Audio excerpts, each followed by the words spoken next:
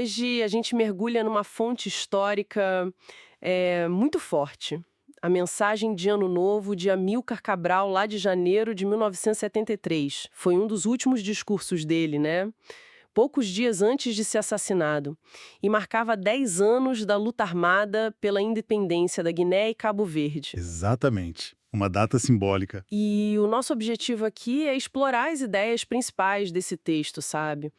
Um momento em que o Cabral não só olhava para trás, mas definia o futuro imediato ali. Essa transição da luta armada para a proclamação de um Estado, mesmo com a guerra ainda acontecendo. Ele mesmo falou, né? Era tempo de ação e não de palavras. Sem dúvida. Esse discurso é mais que uma mensagem de ano novo, né? É quase um testamento político, um roteiro estratégico mesmo. O Cabral estava ali articulando os passos concretos para a soberania. É como se ele tivesse antecipando a necessidade de ter tudo muito claro, sabe? E um passo importante já tinha acontecido em 72, né? As eleições gerais nas regiões que eles já controlavam. E essas eleições nas zonas libertadas. Com voto universal e secreto, o que era incrível naquele contexto. E aí criaram a primeira Assembleia Nacional Popular da Guiné. Tinha 120 membros, 80 eleitos direto pelo povo e 40 quadros do país-gesse, certo? Exato. Uma composição mista refletindo a base popular e a estrutura do partido. E essa Assembleia, para Cabral, era o que exatamente? Qual o peso dela? Olha, ele definia como o órgão supremo da soberania do povo.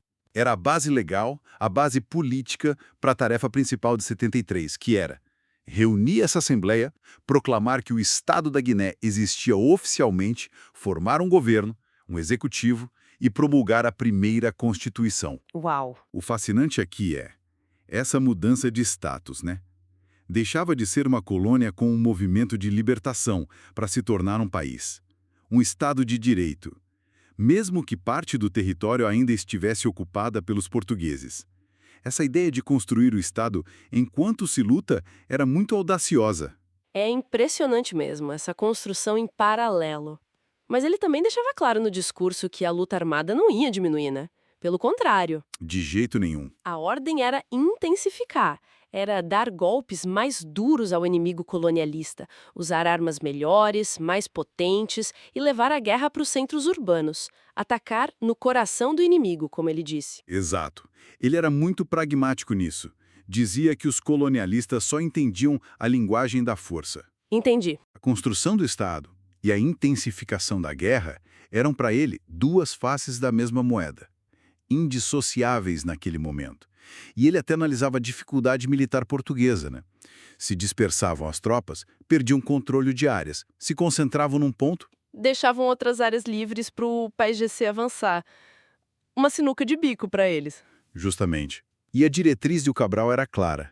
Qualquer lugar que Portugal tentasse retomar tinha que virar um cemitério para suas tropas.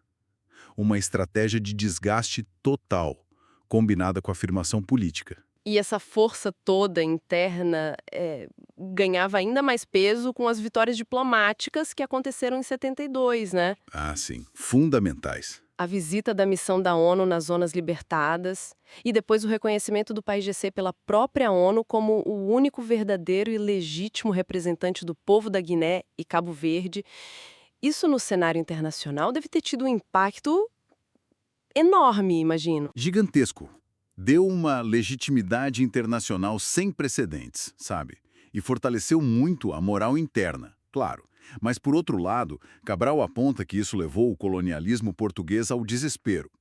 O resultado foi uma escalada da violência, mais bombardeios, ataques indiscriminados, e ficou claro o fracasso daquela política da Guiné Melhor, as reformas que Portugal tentava fazer. Entendi.